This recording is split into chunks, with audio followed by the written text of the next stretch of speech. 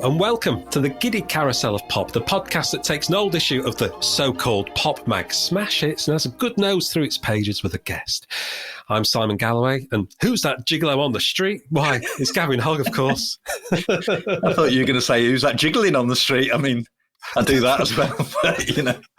Whatever takes your fancy on the street, you know, it's all good with us. Yeah, I'm always on the street, you know me, Si. Yeah, jiggling or being a gigolo. Yeah.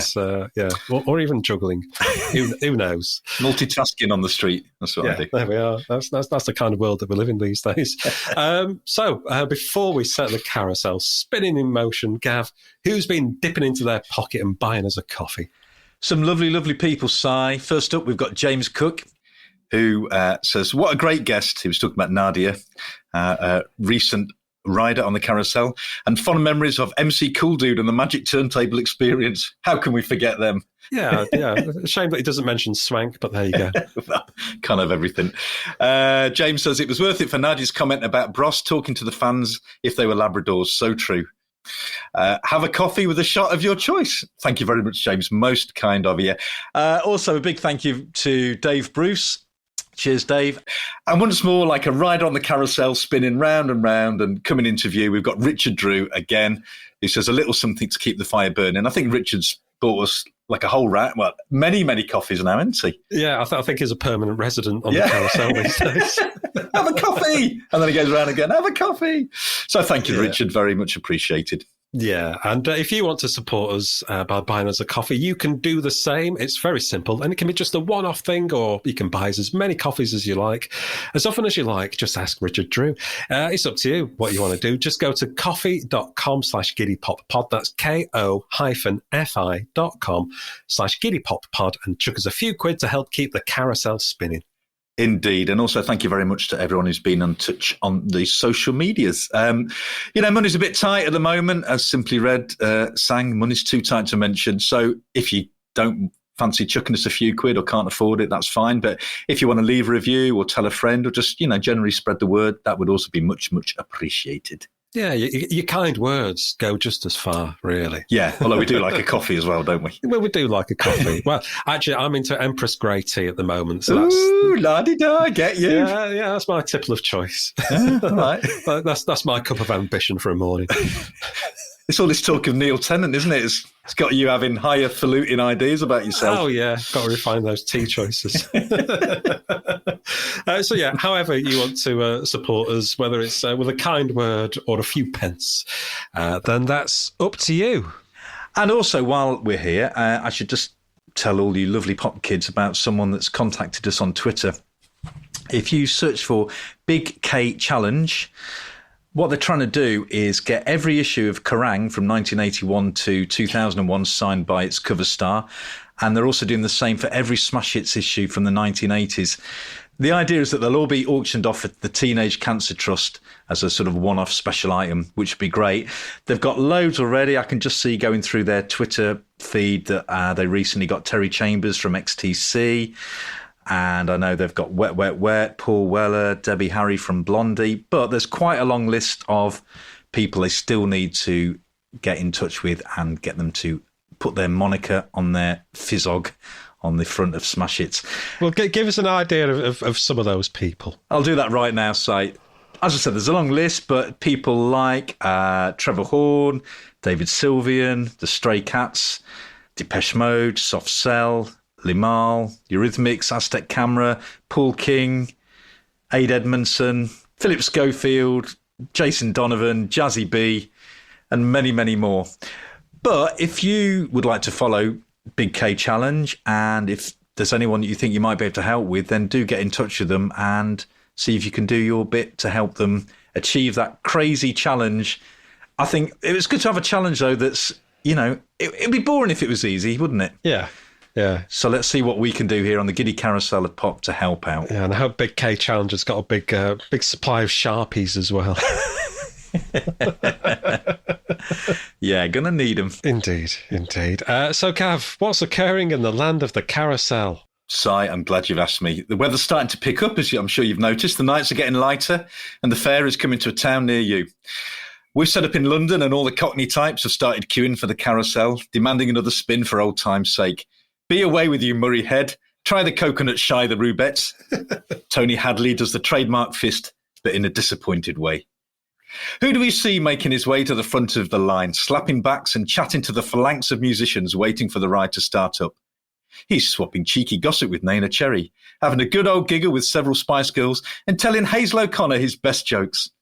It's none other than musician, PR guru and pop fan Julian Henry. And as fans of L Records, we feel duty-bound to let him on ahead of the rest of the musical mob. So, Julian, welcome to the carousel. Hello. Hello there. Which horse would you choose to ride on? Of the horses you see before you in the imaginary carousel, describe for us the horse that you would pick. I would probably pick a kind of a brightly coloured but slow-moving, sort of gently jogging beast. Looked like it was happy to chase after a little sugar lump if it was put in front of it. You don't want to go too fast, then, is what you're saying? No, slow and steady wins the race, I think. Okay, we'll be gentle with you. That's fine. Well, upon clambering upon the horse, the carousel will start spinning after you truthfully answer this question. Have you ever been sick in a gumboot? I haven't. That's fine. We can't add any more to that. Let the ride begin. That was quite definite there. Yeah. So the carousel has spun us back to the smash hits of the 11th to the 24th of January 1989. Yours for a mere 50p. And Julian's picked this out for us to have a look at. And if you want to read along with us, you can do just the same. Thanks to the Like Punk Never Happened and Smash Hits Remembered websites. You'll find the links to the scans of this issue and the episode show notes, along with Spotify and YouTube playlists that include pretty much all the songs and artists featured in this issue of Hits. You'll also find these links on our website, giddypoppod.home.blog, and we'll post them on Twitter and Facebook as well. Just search for the Giddy Carousel of Pop or at GiddyPopPod. It all helps to add to the full immersive experience that is a ride on the Giddy Carousel of Pop. So, Julian, we're going back to January 1989. What were you up to then? Well, I was 30 years old. I was living in London. I'd been struggling to try and get my band recognised. I'd actually put some singles out and I'd had an album out in about 88. Our band was the Hit Parade, and nothing had really happened to it. And what had happened, in order to fund my musical endeavours, I had been working in publicity. I came straight out of school, didn't go to university, worked for a company called Modern Publicity, doing some punk bands, then got a job working for Magnet Records, then worked at Albion. So by this time, by 1989, I'd actually landed a job working at a fashion PR agency called Lynn Franks PR, which was in Marble Arch. And I'd been hired because they did a lot of fashion clients, and they wanted someone who knew about music because they did HMV. So I did the big HMV music store on Oxford Street and did all the PAs that came in there. And whenever a music client came into Lynn Franks PR, I was the one who was sort of brought into the room. And my job was to publicise and our clients' interests, basically. So that's really where I was. So I was reading everything, all the music papers, every word of Smash Hits, Number One, Just 17, all of them, Jackie, Blue Jeans, the national newspapers, all of that, consuming it every day of my life. And this particular issue is memorable to me because it was our first Smash Hits cover for our client, Neneh Cherry, who had come into our office sometime before Christmas, actually. It had been December. No, it must have been earlier than that because we had her on the cover of the Face. We basically, our big breakthrough with her was getting her onto the Face cover, and then we got an NME cover. And I'd always thought, if we're going to be serious about the chart and profile and blah, blah, blah, all of that, you've got to get Smash Hits. So that had been my thing. And so I arranged this cover. And so I remember the magazine very well, actually, not quite like it was yesterday. But I remember it. I remember the time, remember Neneh, all of that. It was fantastic. Yeah. What other clients were you dealing with then? Drop us some names here. Well, I had a real mixture. I did. We had a TV show called Network 7. Oh, yeah. Which was on Channel 4 lunchtime. It was 2 hours live TV. Janet Street Porter, Jane Hewland, kind of youth TV. I did Yamaha Musical Instruments. which included their Clavinova Festival, their sort of new band showcase. They were based up in Milton Keynes. I did Sky magazine actually after a bit because I knew Ian Birch from Smash Hits, and so I did Sky magazine. HMV was probably the one that was the most interesting because we just they'd started and working with labels to do those huge in-store PAs, and the moment I'd really seen. For the first time, I'd been to lots of concerts and I'd been to loads of punk gigs and I'd been on the road with groups, but I'd never been in the front row right underneath a number one pop band and with 10,000 screaming children behind me. And that had happened the year before when Bros came to the HMV store. So I had managed that, and managing that meant getting access to the tabloid writers who wanted to come and have a little bit of access, dealing with the label people at CBS, dealing with radio people, and the photographers. And we would let in 10 or so of the most important photographers. And I was in the front of that. And it was Tom Watkins was the manager of Bros. They were absolutely at their peak. And I remember coming out and, kids were being taken to hospital after that. The road was closed. It was complete carnage. Incredibly good fun, deafening.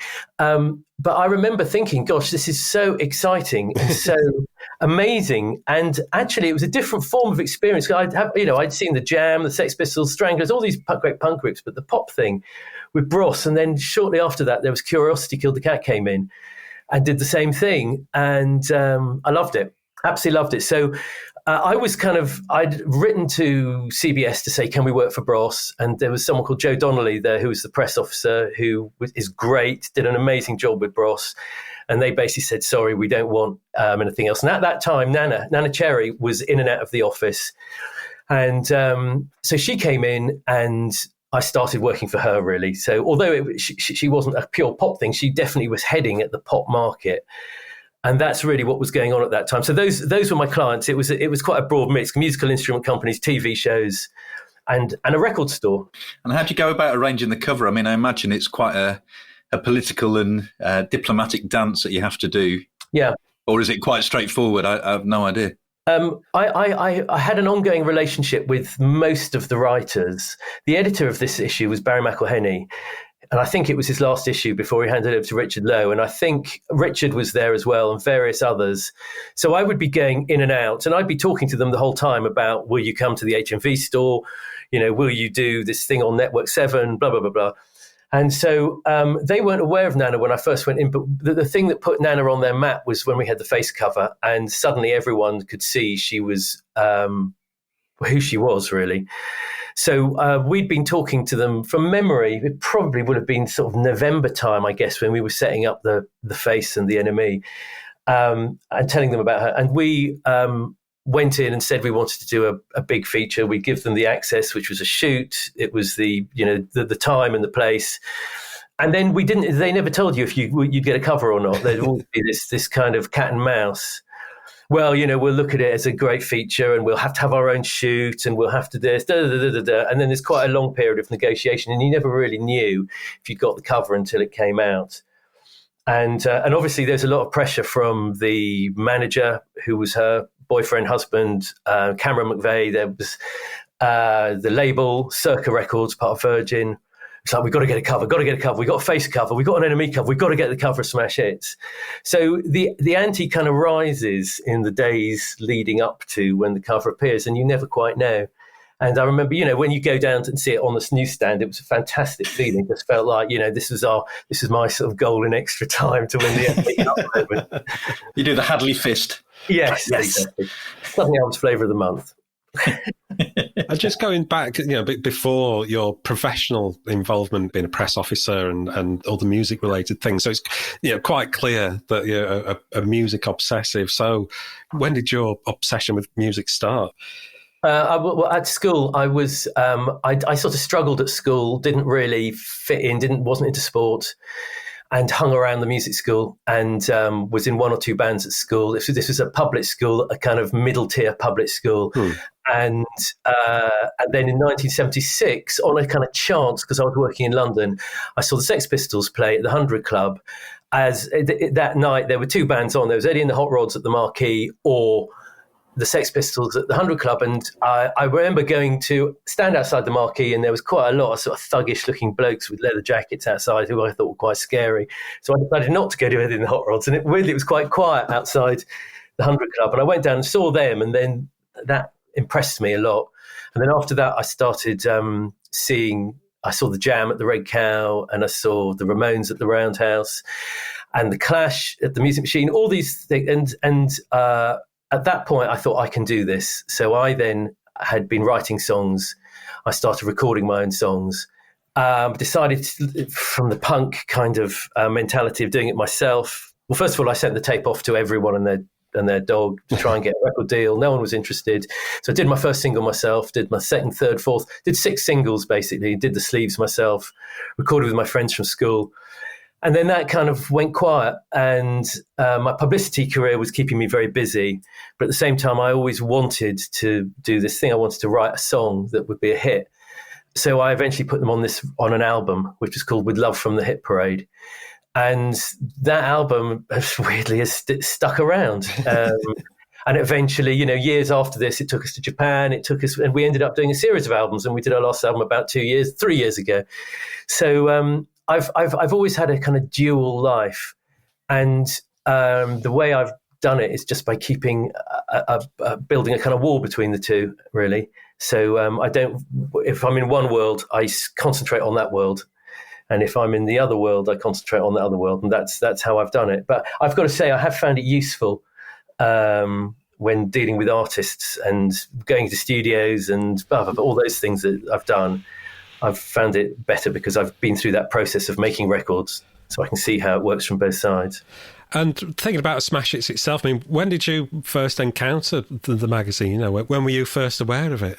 Well, I remember feeling sort of not resent. I had mixed feelings when the Clash were on the cover of Smash Hits, because the Clash, who I identified with incredibly strongly and held up in great esteem, had always kind of stood apart from the commercial world, most famously from not going on Top of the Pops.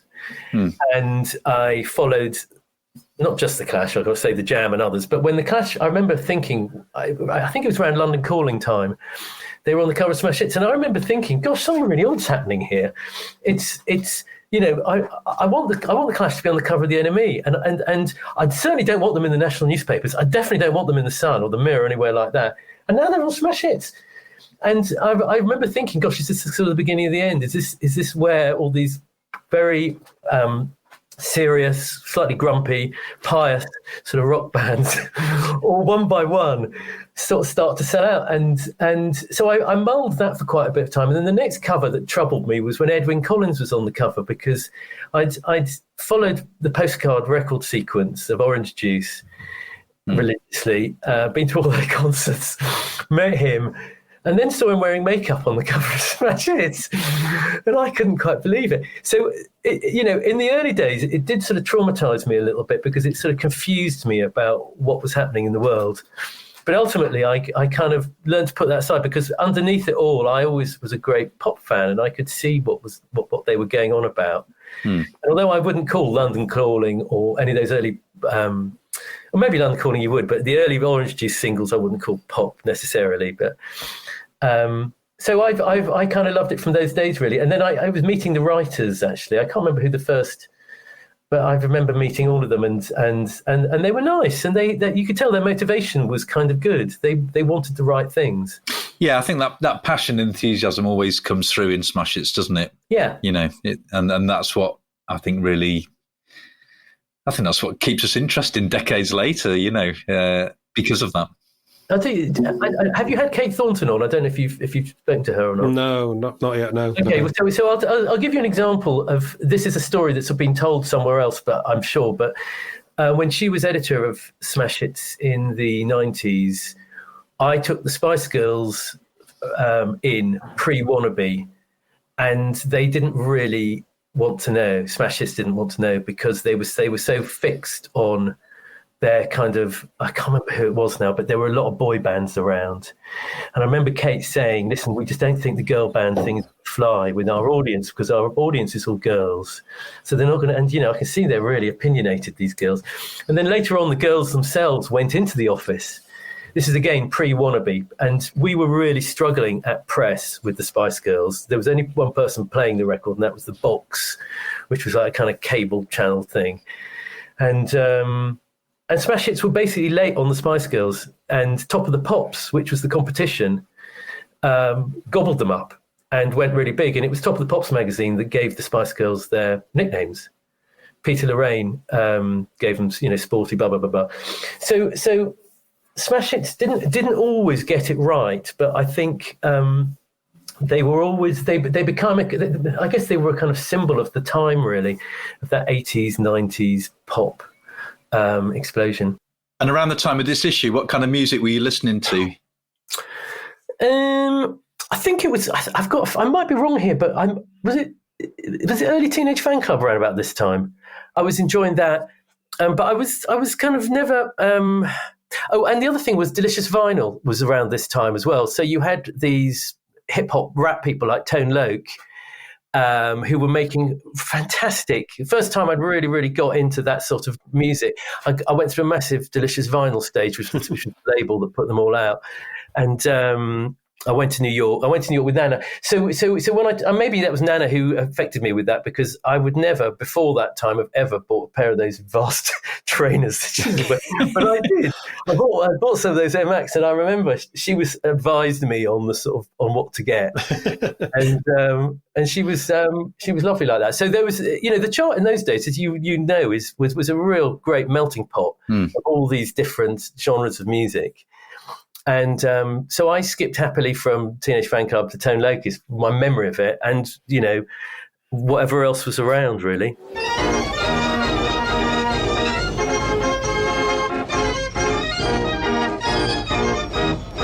So let's get stuck into this issue of Smash Hits then, shall we? And the first thing you noticed, obviously, Neneh Cherry, hands to her head with curls flying out and a bright yellow jacket, and all at a jaunty angle. And we haven't covered many issues with a female cover star on the podcast so far. So not only Neneh is she on the front, but there's a poster of the Wee Papa Girl rappers on the back and a pull-out poster of Yaz inside. So girls are clearly ruling this issue of hits, and quite rightly so. Looking down the cover, it also promises us Tom Cruise, Brother Beyond, Climie Fisher, Fine Young Cannibals, Milli Vanilli, Holly Johnson, an 8-page pull-out of the best songs of 1988. This is the first issue of 1989. Which probably explains why it's not the biggest issue of Smash Hits in the world. And that enormous double-sided poster with the aforementioned Yaz on one side and a 1980 pop star calendar on the other side, which is still firmly attached in my copy. That never made it to my wall. But looking at the contents page, let's have a look at what songs are in there, because that's what we want Smash Hits for, isn't it? The song lyrics. Wee Papa Girl rappers, Soulmates, Gloria Estefan, Rhythm Is Gonna Get You, Milli Vanilli, Baby Don't Forget My Number, Brother Beyond, He Ain't No Competition, Yaz, Stand Up For Your Love Rights, Kylie Minogue, Got To Be Certain, Michael Jackson, Man in the Mirror. Can't believe it's like Bad came out in 87 and still pulling singles from it. Bros, I Owe You Nothing, Wet, Wet, Wet, with a little help from my friends, Pet Shop Boys, Domino Dancing, Duran Duran, All She Wants, and Finding Cannibals, She Drives Me Crazy. And then who's in there in the features? Let's have a little look. So we've got Brother Beyond, a personal file with Milli Vanilli, a little feature on Climie Fisher, and then cover star Neneh Cherry, and a little bit on Finding Cannibals towards the end. But the first feature that we get in the magazine is Holly Johnson launching his solo career. So his first single, Love Train, was just about to come out. It may even be out by this point. And the shots from the Love Train video. And, just setting it up with these first two paragraphs from the piece. So this is, imagine that I'm Holly Johnson here. Nervous? Sometimes I'm racked with nerves. But I'm also quite excited as well because, he's like my baby. Holly Johnson, campers, is murmuring soft deftly down his end of the Smash Hits ear trumpet, rattling on about his imminent return into the swirling tumble dryer that is the Pop Parade. It goes on to remind us about Frankie Goes to Hollywood, and just about how he's kind of entering his solo career with a bit of trepidation, I think. He says, I don't know how people will take to me again, he mithers. Part of me hopes they'll like it and part of me doesn't care. Then Smash Hits goes on to say, but if it's not a hit after all, Holly will most likely don his trusty smock and start painting again. I've always painted in my spare time, little drawings and things like that, he says in his usual bewildered fashion. I mean, I wanted to go to art college in 1983, but then we released Relax and I couldn't go. I've started oil painting and I really enjoy it, but I don't get enough time to do it. It's just a hobby, really. What sort of things do I paint? Gets excruciatingly bashful at this point in the proceedings. I tend to paint fat ladies with large breasts quite a lot. And I've done a nice mermaid underwater, which is quite nice. Holly Johnson, you're some bloke and no mistake. More power to your brushes, pal. It's nice that he's got a backup plan for if the pop thing doesn't take off again, isn't it? Yeah, I mean, I recently discovered the Bands Reunited series that was on VH1 in the mid-2000s. Oh, yeah. But they're all on YouTube if you want to have a look. And there is a Frankie Goes to Hollywood one where they try and get them back together to do a performance. And they do manage to get them back together all in the same room, but there's no performance at the end of it. But yeah, Holly, this is mid-2000s, he's certainly concentrating his time on doing the paintings and stuff. So it is what he eventually got to do. Yeah, it's quite a successful painter now, isn't he? Yeah, he is. Yeah, I mean, Julian, any brushes? No pun intended, with Frankie Goes to Hollywood or Holly Johnson in the past? Yeah, I mean, I'd seen them at various events, but this piece in the magazine is interesting to me because it came right after quite a nasty legal battle with the label. I've always been kind of fascinated by Frankie Goes to Hollywood because of their experience with ZTT. When they'd signed in 83, 84, they'd had their hits around 84, 85, and they were, according to the legal case that followed, they were on £5 a day, £10 a day if they were in the studio. And they had 8% on their album sales at a time of a royalty, at a time when most artists were getting around 15%. So they were really, really nailed to the floor by ZTT, which was Trevor Horn, Jill Sinclair, Paul Morley. Jill was a formidable businesswoman, and in setting up ZTT, she was the driving force. And obviously Trevor Horn, with his production expertise, incredible. So you had a brilliant, and Paul Morley as well, as a journalist, a thinker, a kind of surrealist, everything. You had and the band themselves, the amazing combination of Holly and Paul and the lads. So I knew a lot about them, and this article, I think, reflects the piece in Smash Hits. I think it reflects Holly's kind of not nervousness, but a bit of anxiety. He's putting his toe back in the water, having 3 or 4 years of being badly burnt by this awful legal case, which he won. He won, and the judge said that there was an unreasonable restraint of trade because the case was based on Holly wanted to go and record for another label, and the label stopped him. So this article, I remember at the time, Neneh knew Holly and Paul, and introduced me to Paul, and they were lovely and completely charming, and you felt they'd just been through the ringer a little bit, is what I'd felt at this particular point. And it's interesting reading it because it really takes you back to the time. And the painting career is quite an elegant exit from the article, I would have said, because he is an artist, he's a great talent, and he's a proper originator. Holly Johnson deserves a lot of respect for him. Yeah, definitely. I always liked when he was in Frankie Goes to Hollywood, and it talks about in the first column here about the way he's saying ow, ow, ow approximately every 3 seconds. That's what I loved about Frankie Goes to Hollywood, those ow, ow, ows that you did. No one could do an ow, ow, ow like Holly, could they? Well, also the videos. I mean, the videos kind of stand the test of time in terms of being pretty prescient as to what the world is like today. Actually, when you see these big men wrestling in the ring, those politicians. I mean, no one else has made a video like that recently, have they? If you think about it, it's quite extreme, and it's quite it puts pop into this kind of greater cult. It gives it a greater cultural resonance, I think. So those records, that band made were absolutely terrific, and and he remains an icon. I think he's respected by everyone. Holly Johnson. Let's move on to bits. Quite a shorter bits than usual. We used to see bits spread over 4, 5, 6 pages, just 2 pages, so not a lot going on, as Si said. I think maybe been the new year, but we've got a few interesting features that we should look at. One of those is all of these groups could become hugely rich and famous in 1989. I think the emphasis on the could. Yeah. We've got Habit, who actually were one of the first bands I saw, bizarrely enough. So this would have been probably around about April, May 88. I really wanted to go to Manchester, and a friend of a friend was in halls of residence in a first or second year at Manchester Poly. So I went to I remember getting the National Express up from Birmingham Digbeth up to Manchester, meeting her there, and we went out to the Students' Union that night, and it was the first time I'd ever been to a Students' Union, and who were playing a gig? Habit. So I remember seeing them and doing that song Lucy, because the singer was very bouncy, but I didn't really like the music. But I was high on life and quite giddy at being in Manchester because of the Smiths and everything.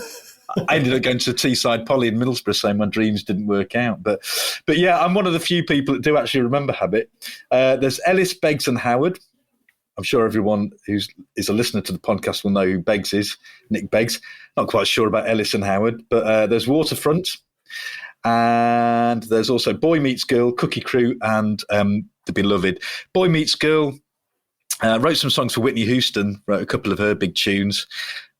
This song I don't remember at all. It got to number 9. I watched the video playlist, and them doing this song on Top of the Pops made me feel a bit ill, frankly. I think it was the fella's hair waving about. I just didn't like it. I remember the song very, very well. But yeah, not one of my favourites. No. But yeah, I mean, looking at this lineup of acts here, and it's definitely Cookie Crew and Beloved. Yeah. That with hindsight, they're pointing the way forward here. A taste of what's to come, certainly 18 months in the future with The Beloved. So yeah, the others kind of fell by the wayside. I'm sure Boy Meets Girl, didn't really care that they only had a couple of hits. They must be living in mansions now with all that money from Whitney. Yeah, they're probably living in mansions then. They're probably just absolutely rolling in it. So yeah, I think it is, Cookie Crew and The Beloved, where you think, that's where we went. Yeah, I saw the Cookie Crew. They didn't like Rock the House, did they? Their first kind of big hit single, and all they do is kind of slag it off. They said, we had one hit single called Rock the House with the Beatmasters. We hated it, schools Debbie.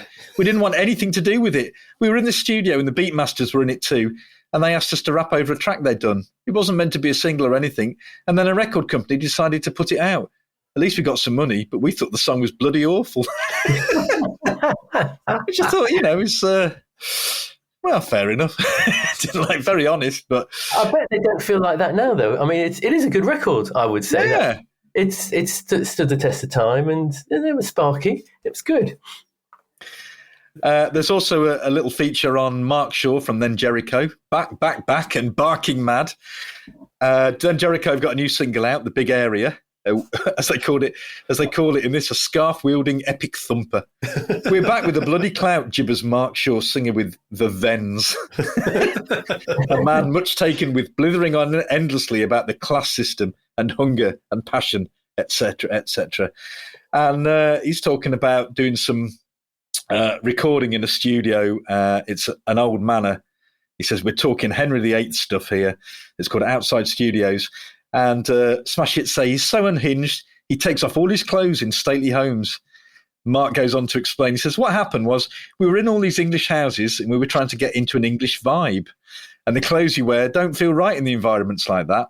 So it was just a natural progression into wearing like tricolour hats and dressing gowns and cloaks and socks up to my knees and things. One time at 6 o'clock in the morning, while I was singing to the cows, Jasper was 60 foot up a pine tree, and it was sort of like a vision about what life should be like. And then in brackets, question mark, question mark, question mark. I think Mark kind of lost it a little there, but it's an entertaining enough little interview, isn't it? Yeah, I never quite got the appeal of Then Jericho, I've got to say. They never really stood for anything in my mind. I mean, he was a good-looking boy and everything, but they didn't really have any greater meaning, or did they? No, I don't think so. I think how he is in this article seems to be, and also in the video as well for Big Area, where he's kind of thrown a lot of rock moves and sort of and some bad continuity as well. Sometimes he's wearing a leather jacket, sometimes he's not, and it's all within supposed to be within the same kind of concert scene. But it does seem at odds with the music, which is kind of very very poppy, with a bit of guitar coming to the fore every now and then. So yeah, I'm not quite sure what they stood for either. Although it did, Mark Shaw did look exactly like one of the girls at my school. Yeah, he had a look, didn't he? There was a few people like him, and Dr. Robert was another who was this sort of film star, pouting, good on the camera kind of thing, which you could see the labels, I think, really, really loving. Yeah, he's got a bit of Stuart Adamson about him as well from Big Country, I think. Yeah, but Stuart wrote epic songs, though. Exactly. That's the difference. Yeah, I think it's a very strange title for a singer as well. Big Area. Yeah, I don't know what does that mean. Yes, I don't know. It's just like it's an odd one. Maybe that was the observation from the top of the pine tree. Oh, I can see quite a big area. Ooh. Yeah, that could be it. There's your song. That song is just—it's like a diary entry. It's like they were kind of a bit U2-ish, weren't they? But they were trying to be a bit more pop, and I think they just really fell between several stools, didn't they? For me, anyway. Yeah, I always imagined groups like that to be formed in A&R meetings. I kind of think because they could play, because they had, or one of them looked great.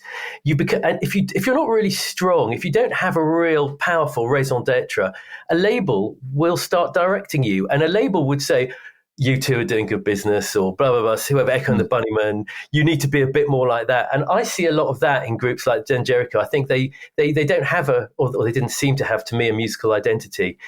And I blame the labels because the A&R guys would always like, "Oh, you should be with this producer, you should be with that." And if you don't allow an artist to give their own get their own identity through, then the thing looks boring. It looks bland, really. And I think that was what this band did for me. Really, it felt a bit bland. I mean, I do remember them on one of the Sunday morning Channel 4 programs, Wired, if you remember that one. Yeah. And then Jericho were on there doing a big thing about glam rock. So they were playing old David Bowie clips and Slade clips and things like that with Mark Shaw and a couple of the guys from the bands with acoustic guitars doing some of the riffs and stuff. So they're clearly music fans, and I think clearly got their roots in that kind of early to mid 70s thing. Big David Bowie fans, as everybody was. Big David Bowie fans. Because I think their first single was a cover of a Roxy Music song, Prairie Rose. So I think that's what they wanted. But like you say, Julian, maybe because they didn't have that kind of either a strong identity or a something contemporary that they were striving for. They were just kind of shepherded in the U2 direction. Go and make some big music for stadiums. Yeah, and they ended up looking a little bit manufactured, which is unfortunate because, like you say, they were competent, they were good musicians, all of that, and everyone deserves a fair crack of the whip. But you got to be. This is the thing about the pop industry; it looks so easy on the top, but when you're in it and you're actually trying to create something that jumps out, you've got to be tough. We skip a couple of pages and we get to Brother Beyond, frequent appearances on the Giddy Carousel. And in this one, the feature is, "What's it really like being a pop star?" And who's speaking to them on this one? William Shaw, there we are, is, being a pop star is such hard work. You've got to get up at 6 a.m. and sit in a drafty warehouse for 17 hours and have girlies manhandle one's regions and then be served a minuscule guinea fowl breast when one is ravenous. A glamorous life? Poof, snort Brother Beyond. William Shaw blubs into a hanky. So they through the piece, I mean, we've encountered Brother Beyond before. They're always good fun. They give the readers what they want. They're good at playing the smash hits game, but they're talking about going to posh hotels, having to promote the songs and things. And I like that they refer to Freddie Mercury as Lord Frederick of Lucan. So they are, again, playing the smash hits game. But I guess, Julian, this is kind of almost a slice of life from how you saw the pop game at this time.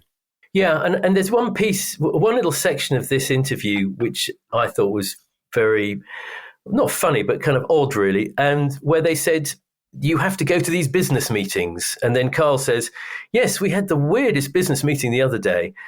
These days, we've got 2 managers instead of 1 because the Brother Beyond global corporation is expanding so fast. We had to sort out all these details. At one point, we had 3 lawyers sitting around this big boardroom table. One lawyer, and then Nathan chimes in and says, one lawyer represents Spandau Ballet, Sade, Public Image. One represents Michael Jackson in this country, and another guy, da-da-da-da-da-da. It was mega. And you look at that and you think, okay, well, that's interesting. That's how sort of success is being measured by the amount of men in suits who sort of wander into the room, which is, I guess, what people were thinking in those days. That's the way you kind of measured it. They'd had their hit. They'd had all the girls throwing themselves at them. I can't remember which label they were on, actually. If they were on, does anyone... EMI, I think. Parlophone. Was it EMI? Okay. Yeah. But I thought they were pretty accomplished, and I thought they were good. I thought the only ones I know Carl now because he runs PR agency, actually, a fashion PR agency called Purple, who I won't remember their clients, but they have some big clients. And Carl sits there in the big office, and he has a big team of people all running around him. They've got a fashion showroom. And he's done really well. And I had to do a meeting with him on something, and I really wanted to mention that I liked Brother Beyond. But of course I didn't. I kind of kept quiet about it just because I felt he might be embarrassed. Not that you should be embarrassed. You should be absolutely proud to have had a life in a great pop band. But I didn't. Yeah, I mean, interesting. You say about the little bit where they're talking about all the lawyers and things at that business meeting, and they say what Carl's gone on to do. And I guess you can draw parallels there with Bros, as people always did at the time, between Brother Beyond and Bros, but also what Craig Logan went on to do. Yeah, and in the industry as well. Yeah. And if you looked at them in Bros, you would never have thought that this man, the bass player who skipped around, would end up being quite as important as he ended up being. Just going back to Brother Beyond a moment, there was something that I'd found out about. I did a little bit of research. In the part that says you have to do lots of promotion, Carl says, there are certain magazines we won't be interviewed by again because they ask such pathetic questions. And you end up getting wary about everything you say because we've got a very dry sense of humour. And if you take some comment out of context, it can sound really serious. I'm terrible. I say awful things because of my sense of humour. For instance, with Transvision Vamp, we don't hate Wendy James. It was just a joke that got out of hand. The trouble is you get into some silly sense of humour and you say something and then you see it in print and you think, God, I wouldn't want that said about me. Nathan says, the thing is she reacted badly, but we've got a sense of humour and we've been slagged off by so many people. Anyway, especially because we work with Stock Aitken and Waterman, we don't care. Actually like Wendy James. She's the friendliest person in the world. She just likes having a dig. Fine. So I looked into this a little bit, and the only thing I could find, the only reference online to Brother Beyond and Transvision Vamp was on an old pop justice forum. And someone says, I remember her responding to one of Brother Beyond saying that he'd wish she'd get hit by a bus. And she said, I've never even wished Kylie under a bus, so that was a bit steep. So, yeah, I think Carl might have just, for a joke, said that, and... Thank God there wasn't social media around then, eh? Well, that's exactly what I was going to say. I read that and I thought, wow, what would it have been like if it had been all over Facebook or whatever? I thought it was nice as well that, because when we had David Ben White on a little while ago talking about some of his memories of Smash Hits, and he said, didn't he, Si, if you remember, about getting on the cover was one of the best things that happened to him. And even back in 1989, he says it again here. He says the best bit of press we ever got was getting on the cover of Smash Hits. I think that was the ultimate point for me because then Brother Beyond were a pop group. And then he talks about the worst things, and there's many of those. But I suppose that kind of goes back to what you were saying before, Julian, about the importance of getting that cover and feeling like for the artist and the record label and everyone they'd really made it when they got the Smash Hits cover. Well, it was the status, I think it was the status of the magazine, the kind of endorsement and the status of the magazine because of the sales. And I don't know exactly what this issue would have sold, but it would have probably been 750,000 copies or something thereabout, 700 to 800,000. Yeah, I mean, this period is like the height of the sales. I think just a couple of months before they'd had the biggest selling issue When you factor into that all the other people that would read it as well, who hadn't necessarily bought it. I mean, the circulation from Pop magazine was huge. And just to set some context, number one would have been around about 100, 200. Just 17 from memory was a lot less, was about 100, maybe 200. The music papers were down there. And, at this point also, the music papers had the perceived influence and the credibility of the rock writers and that whole 70s, early 80s thing. Everyone sort of still craved the cover of The Enemy, but that was bit by bit drifting away. And you also had the style magazines, which were way smaller in terms of circulation, but high on influence. So Smash Hits was really stood above all of that, and also Q actually. That was out then, I think, wasn't it? So Smash Hits was absolutely head and shoulders. So yeah, it was a neat balancing act, because they managed to do the kind of commercial part of it, which made the sort of silly part, but they were also quite serious as well about how they put their influence behind label priorities, and good acts, and they really gave something. As if they supported something, they really went for it. Smash Hits, and they were loyal as writers, and they had their prejudices as well. There were certain people who they wouldn't like so much, and it was hard to get in for whatever reason. And so I think, yeah, it makes sense that the artists would have recognised that. And I definitely remember Neneh feeling that as well, because she had all the hip stuff, if you like, but she didn't really have the crossover into that poppy bit. And when this happened, that was the moment when that changed, really. So yeah, Smash Hits cover was important. So then we get on to Personal Foul with Milli Vanilli, and we were just talking about the dark side of fame earlier on in the last article, and Milli Vanilli really kind of encapsulate a lot of that. Very sad story. I don't know if either of you recently watched the documentary on YouTube. I was just having a look, because obviously I knew a bit about the story, but I just wanted to refresh myself. But it's just such a heartbreaking story, what happened, and the fact that I think now none of that would matter really, would it, if someone was miming on a track, if they looked good and they were dancing, but at the time it was huge, wasn't it? And they were kind of pretty much pariahs in the industry, and just a very sad story. Yeah, I mean, I think part of that comes from that I think they wanted to be the actual artist, and then were kind of, through this contract that they signed with Frankie Farian, made to be puppets, basically. So I think, just watching the clip of "Don't Forget My Number" that's on the video playlist, go check it out, kids. Yeah. There is sort of like an emptiness and a darkness in their eyes as they're performing. But saying that, they're out there miming to somebody else's vocals and stuff, and they're both lying about their birthplaces in this personal file. Because Rob says that he was born in New York, and Fabrice says that he was born in Guadeloupe in the West Indies. Not true at all, if Wikipedia is to believe, because Rob was born in Munich and Fabrice was born in Paris. Although his parents were from Guadeloupe. So, there is a grain of truth there. But, they're trying to pull the wool over our eyes even in this. Yeah. Let it go, mate. Let it go. Yeah. They were an interesting kind of little case history, though, weren't they? And do we feel, does the music stand up? How do you guys feel on the actual records, putting aside the sort of scandal of if they were created or fake or whatever? What do we think of the records? Because the records aren't bad, I would say. No, I think they're okay, for the time, and, as part of that pop world, I think they stand up all right. I think there's other things that have dated worse than, something like Baby Don't Forget My Number. Yeah. Yeah, I agree, and also they were massive in America, weren't they? I mean, they were a global band, and lest we forget, the guy who put them together, who you mentioned earlier, Si, Frankie Farian. Yeah, he was the guy who made all the Boney M records, wasn't he? Yes. So when you know that, and then you learn the story about these two guys, I think they were kind of dancers, as I understand it, more than anything else. which is fine. Being a dancer is great, and being a good dancer is tough and it's difficult. So to be a dancer and to succeed is tricky. Not many dancers become household names.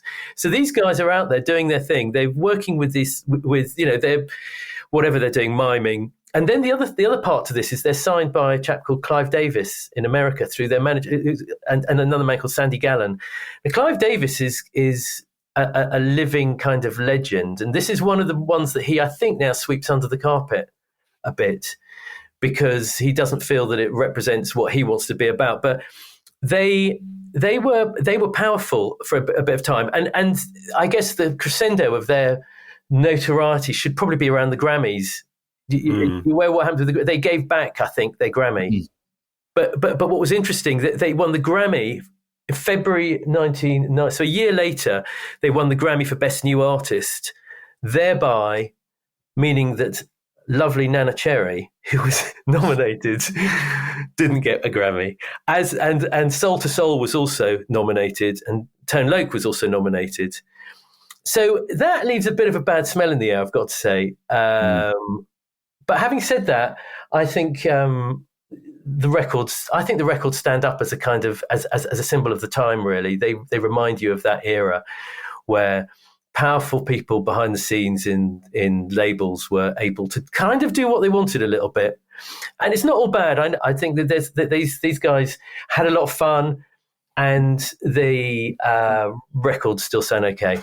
So going through the personal file, Rob Pilatus is asked, what did you want to be when you were 7 years old? He says, a woman. I always wanted to be a woman. I dressed every time in women's clothes with the dress. Maybe this is because I was always with the nurses from the church in the child house, i.e. the nuns in the orphanage she was in as a child. I don't know if you've looked into that, Si. Was he in an orphanage? Yes, no, he was. Oh, there we go. So he's not lying about that. He's not lying about that. He was adopted, when he was 4 years old. And then very, very strangely and sadly, so there's definitely like a bit of a dark kind of theme to this, and I don't think it's just looking back in hindsight. To the question, have you ever been in love? He says, oh, yes, many times. The first time was a teacher when I was 13 and she was very young, 24. And it says, yeah, she had nice long hair. I don't think that makes it any all right. She was a fine girl for me for a long time, but that was not love. The first real time was a girl called Anna when I was 16, but she gave me the pass and I was real shocked, It was my first love, but she had many boyfriends. I phone and she's saying, oh, no, you again. And I cry. It was real hard. So then I was afraid for love. Even now I'm scared. I watch what they do. If I go 2 weeks away, I make sure there's someone there to control her. Ha, ha, ha, ha. I mean, that's not great, is it? No, I mean, I think also there's a little bit kind of lost in translation. Well, yeah, in a way, because some of these answers are a little bit broken English. Yeah, and I don't think they quite get the whole smash hits thing, not fully. So that there is a little bit of, I think, just a little bit of awkward tension in this piece, and also that maybe that whoever wrote this up haven't kind of smoothed out some of the little, kind of broken English and just made it read a little more smoothly. So it just feels like a bit like, oh, ha, ha, we're laughing at them. Yeah, it feels like it's a deliberate decision, isn't it, to not do that. I remember in the piece we did recently about Julio Iglesias, it's a similar kind of thing where they transcribe every word to make it sound, more humorous, but it's not one of the best styles. Right. And I don't know, I mean, Julian, I'm just thinking when they would have done this interview, I mean, I guess now there'd be kind of people from management companies or record companies or whatever perhaps sat in the room with them or kind of would brief them beforehand about things. But do you think sort of some of these answers that they were just trying to be funny and maybe the humour kind of didn't quite work? I mean, would they have, at this kind of time, with Neneh having that interview and that cover, would someone have been there with her talking about things or discussing it first, or was it a lot more free and easy back in the late 80s? I think people were generally left to say what was on their minds. And from an observer's point of view, within the PR industry, music PR, it was towards the end of the 90s, really, that control started to become more of an issue for and control and messaging actually is the word. Messaging became more of an issue, so that at the end of the 90s, when we were doing the Spice Girls, we upset a lot of people because we asked people to sign contracts. Now, that wasn't happening back in these days that I can remember.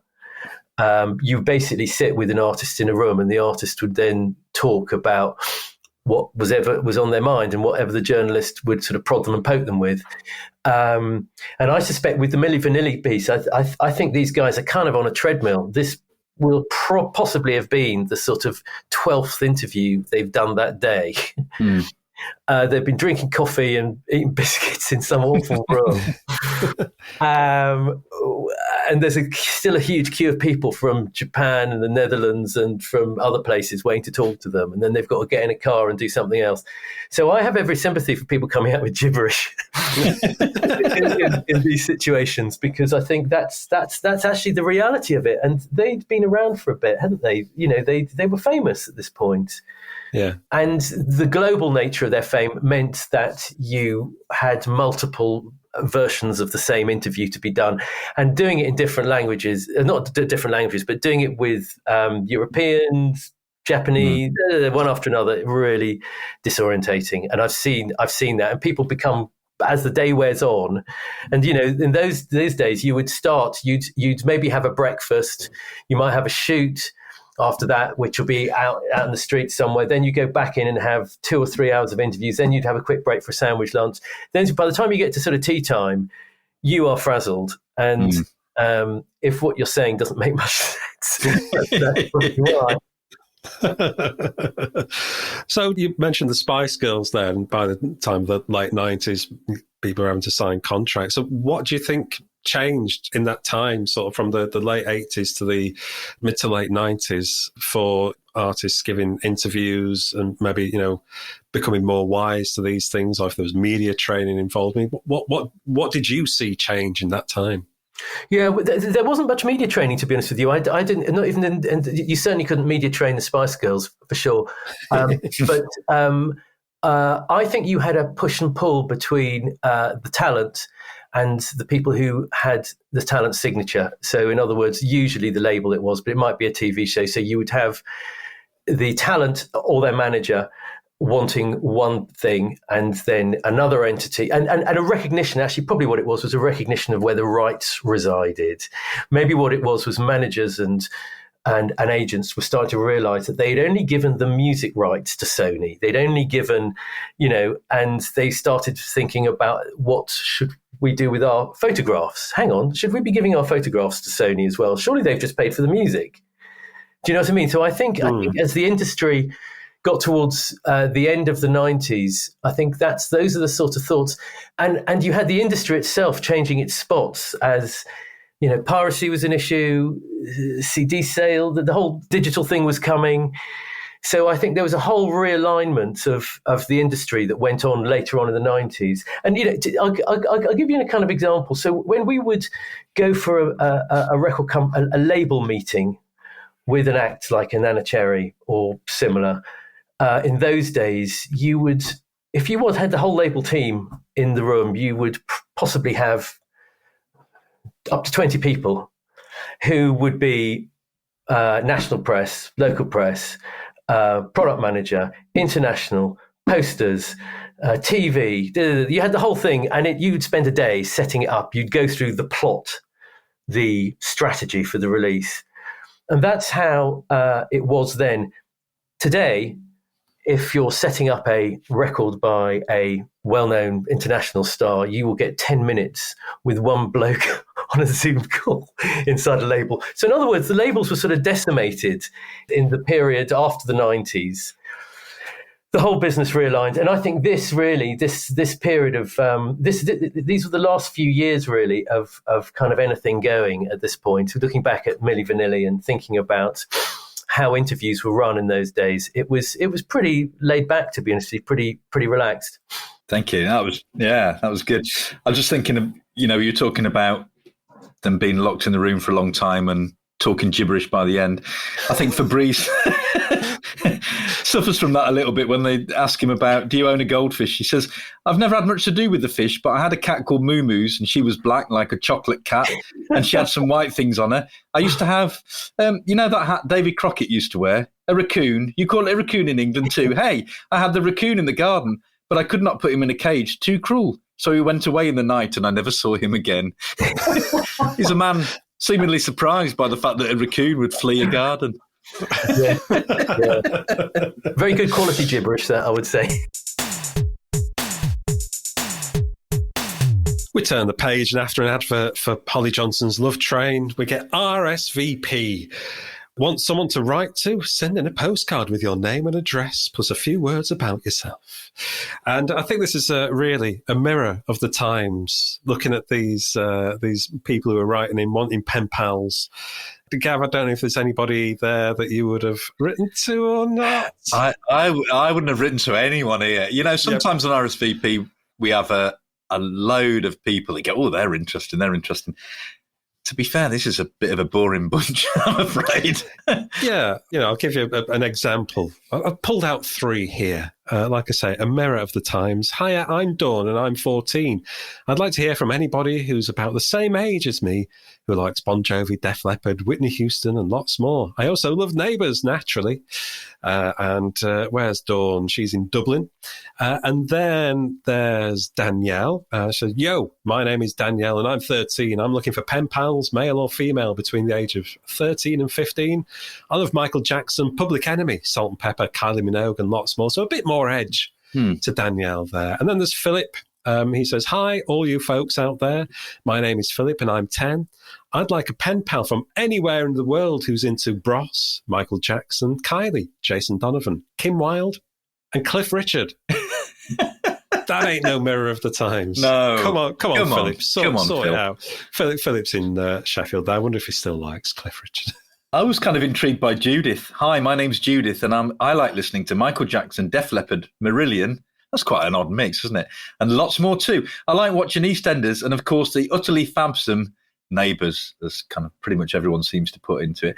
But then she says, if you're 20 plus, please write to Judith in Gwent. Now, so I don't know if Judith was of a similar age, or I'm guessing she must have been a little bit older. Yeah, but that's quite old to be reading Smash Hits in '89, isn't it? Because it was very much, maybe a decade earlier. If you'd have been in your early 20s, it would have been right. But by 1989, it was very, very pop, very, very Stock Aitken and Waterman. So why a Marillion fan would be looking for 20-plus-year-old people to converse with via Smash Hits, I'm not quite sure. Anyone there that took your eye, Julian?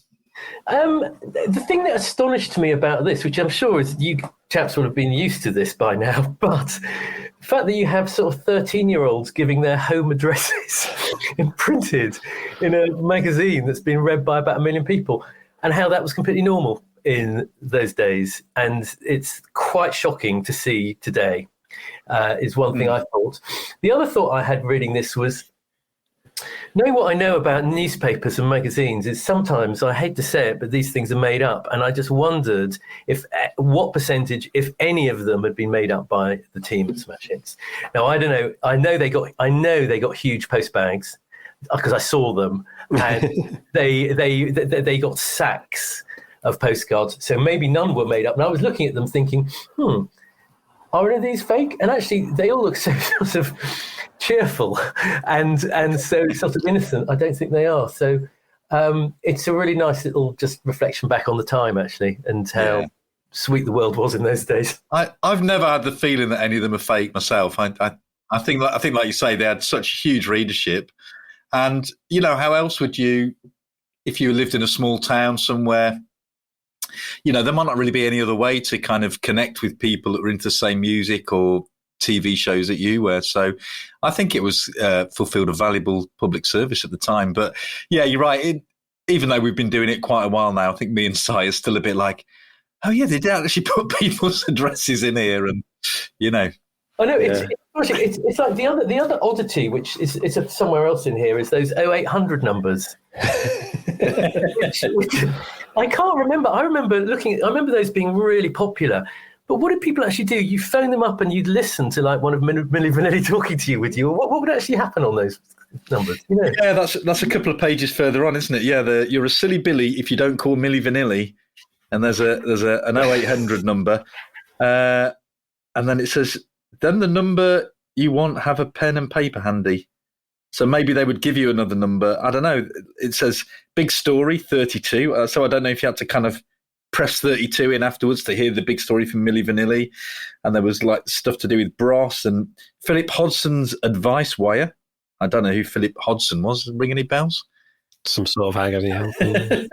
This is all going to be in the thesis of a lot of these students of the digital world when they look back and they talk about how clunky in the old sort of analog, in the era of the sort of analog and sort of print media. This is what they used to have to do in the olden days. Yeah, I mean, I know certainly in the 90s, my dedication to David Bowie led me to phoning the David Bowie information line on a weekly basis just to see if, it had been updated at all. And it was just kind of like a 2 or 3 minute recorded thing.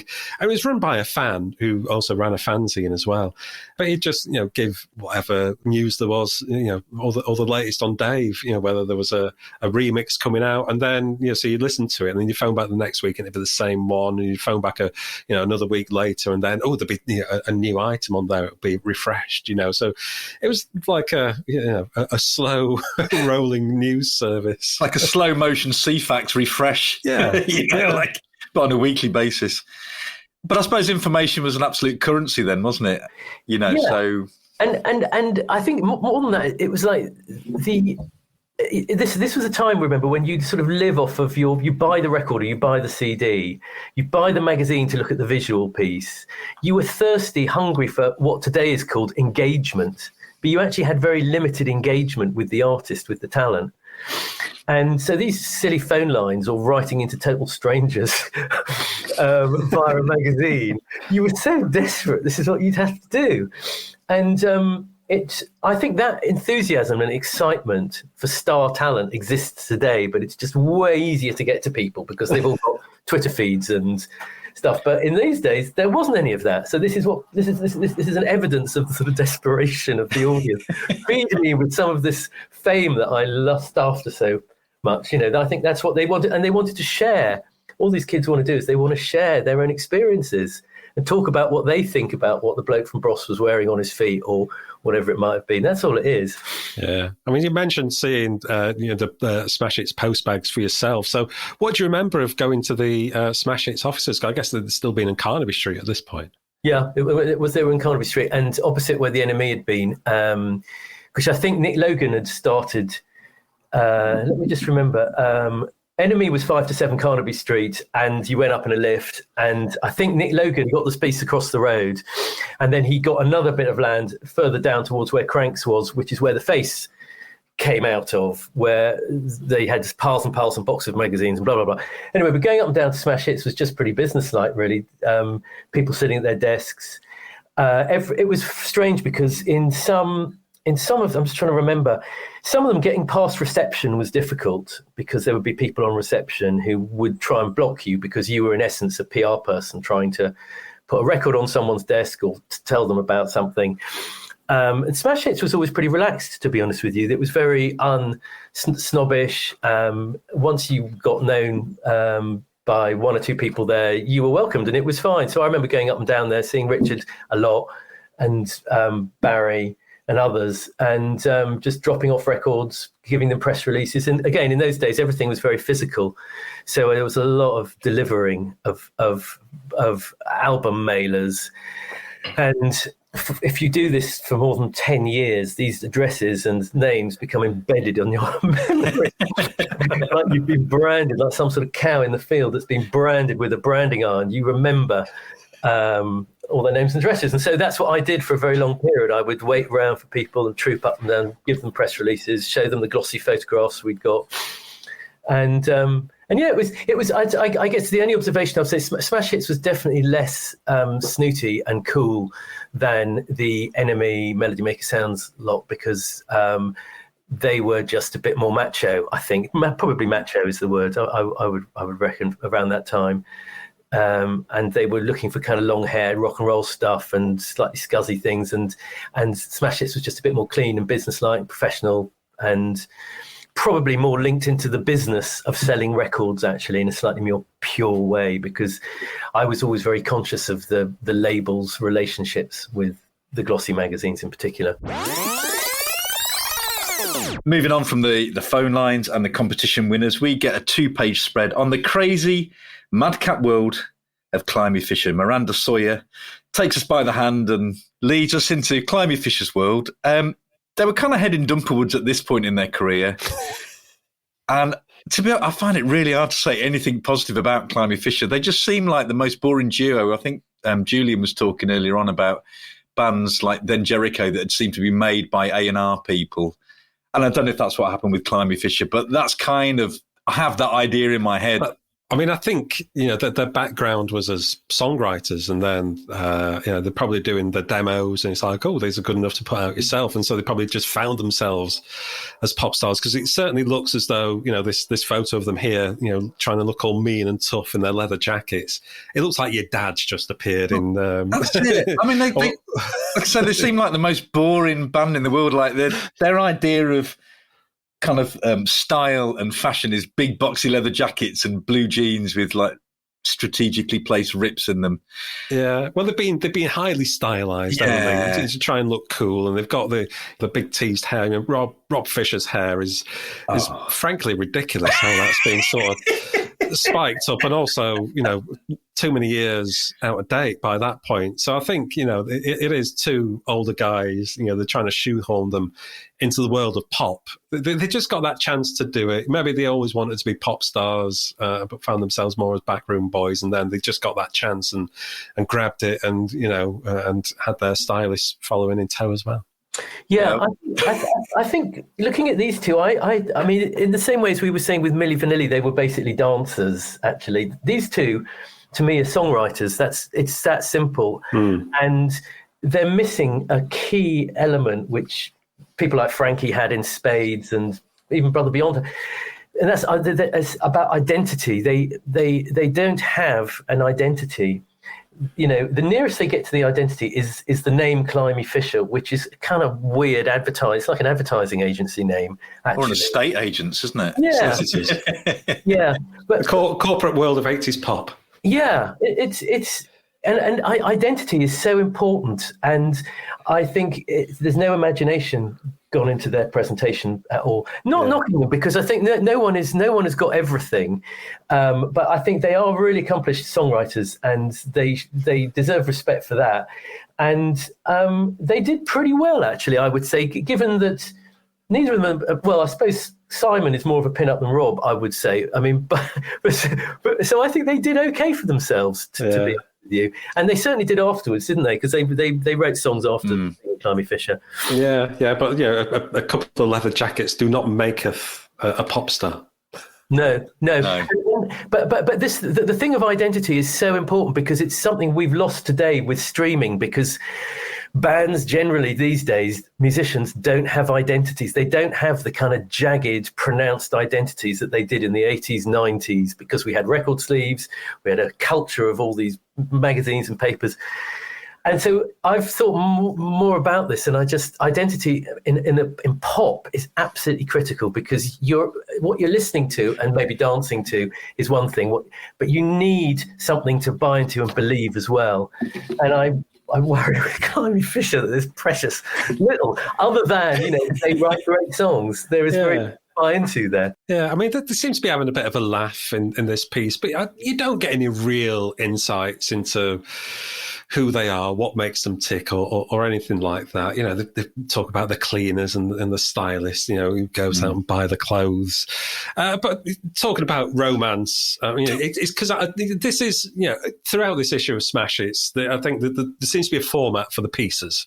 It's sort of broken down almost like into bullet points sort of thing, or sections. So you get a little heading on each one. We've certainly seen that with Brother Beyond, and we've seen that with the Milli Vanilli piece as well. So under the romance category, Simon says, don't pick on either of us for a boyfriend, or a little difficult to pin down. We'll say, oh yes, we'll be round in a minute, and then after 20 minutes we'll get a call saying, where are you? And we have to admit that we're in Hong Kong or something. Before I was famous, I wasn't living with one girlfriend. Now I'm not living with 4. Yeah. So it's giving you a little, it's a little bit more of an adult world. And maybe he's just trying to show that, being a pop star isn't good for the, personal relationships and stuff like that. But it feels like he's really boasting about what a player he is. Well, maybe. I don't know whether he's boasting about being a player or whether he's just boasting about, failed relationships. I don't know. Whether it's just sort of like, not even a boast. He's just sort of like, commiserating that, he can't hold down a steady girlfriend. But also that he's saying he's got 4 women on the go at the same time. I don't know. Yeah. Open to interpretation.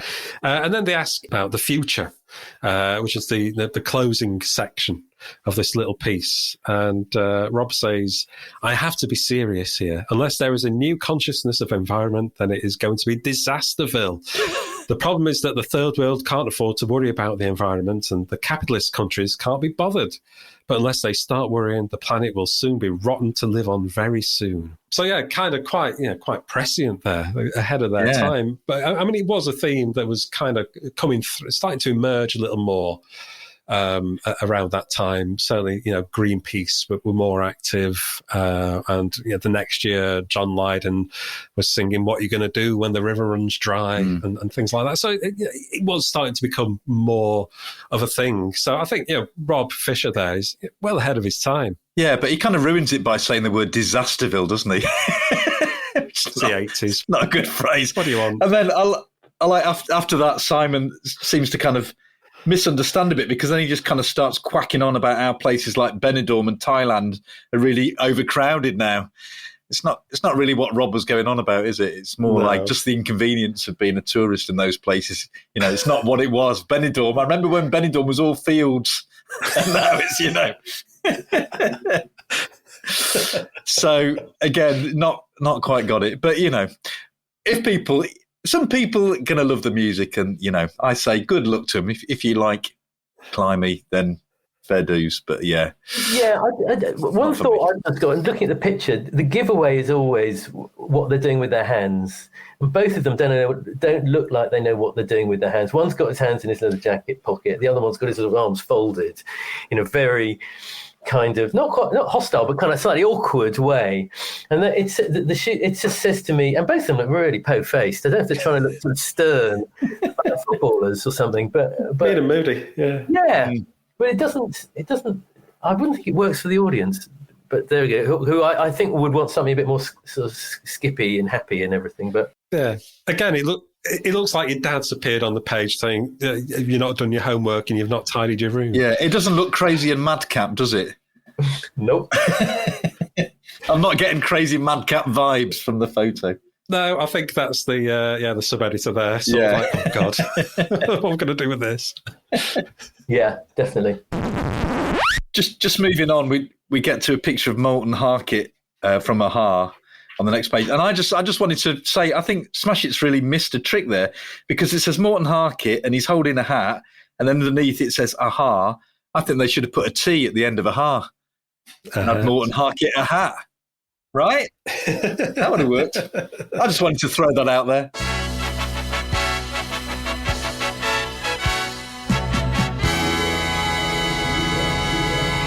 Right, skip on a few pages and we get to our cover star, Neneh Cherry. What is she like? And this piece is written by Tom Doyle.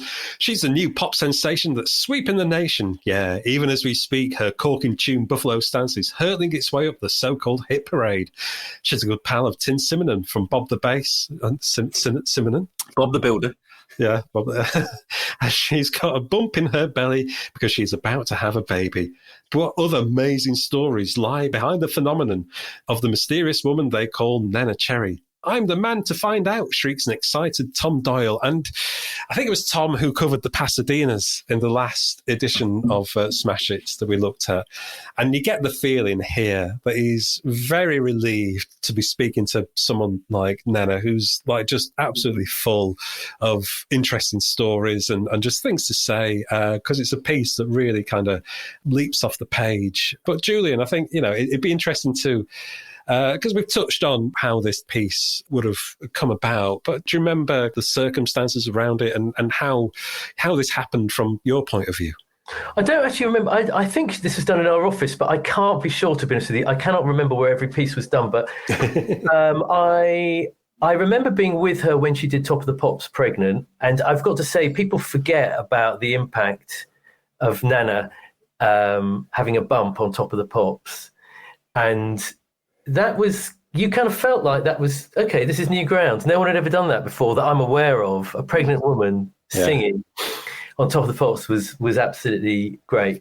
And then when the baby was born, she would cart the kid around everywhere into the studios, into things. And it's like, again, I hadn't really seen that before. It was like Neneh's coming in with Cameron and Ellie, the PA, and the baby. So she was a really, really original, great person. And she was from London. The other bit I really liked about her, she used to live in Mortimer Road. Their office was in, her and Cameron would live there. We would go for meetings in the room. The plugger, the ferret and spanner who did all the music, Ray Cooper and Ashley from Circa, who then went on to go to Virgin, and we worked with on the Spice Girls later. They were fantastic. So we would all gather around at Nana's house, and it was chaotic, but she was really, really funny and very, very, as she appears here. She's talking about, her two dads, her upbringing in New York. Her mother was, I think, a dancer, Swedish dancer. She's had this really great kind of international flavour to her life. But the bit you don't, well, maybe you do get it from the pictures, actually. She's had this amazing kind of energy. She's one of those people who does light up a room when she walks in. And I've met her a couple of times in later life, and she's lovely because she always comes charging over. Wants to know how you are. And I was, let's not forget, I was a kind of a completely unimportant little cog in I wasn't the boss of the company.